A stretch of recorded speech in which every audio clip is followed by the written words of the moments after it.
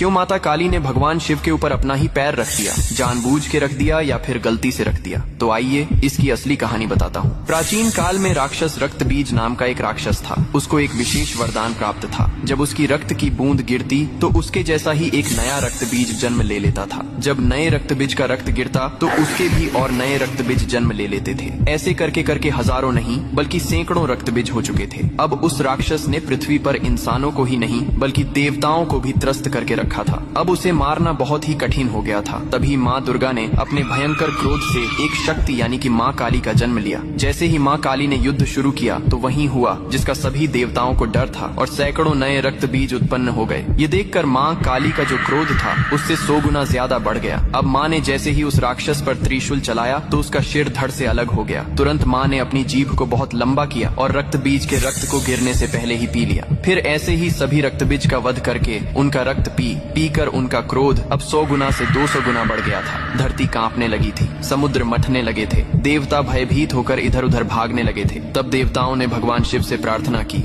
हे महादेव, आप ही माता काली के संताप को शांत कर सकते हैं। शिव ने देवताओं की पुकार सुनी और माँ काली के सामने युद्ध भूमि में पहुंच गए। लेकिन माँ अपने तांडव में इतनी लीन थीं कि उन्होंने शिव को भी नहीं देखा। तभी भगवान शिव ने स्वयं माता के चरणों में लेट गए। जैसे ही माँ काली का पैर अनजाने में शिव के सीने पर पड़ा, तुरंत उनका क्रोध शांत हो गया। उन्होंने नीचे देखा तो अपने प्रिय पति शिव थे। यह देखकर उनकी जीभ शर्मिंदगी से बाहर निकल आई। इसके बाद शिव ने मुस्कुराते हुए कहा, हे माँ, तुम्हारा यह रूप सृष्टि के संतुलन के लिए था, लेकिन यह रूप अब धरती पर बहुत धाम धूम से पूजा जाएगा। यही कारण है कि तस्वीर में और मूर्तियों में माँ काली को शिवजी पर खड़े हुए दिखाया जाता है।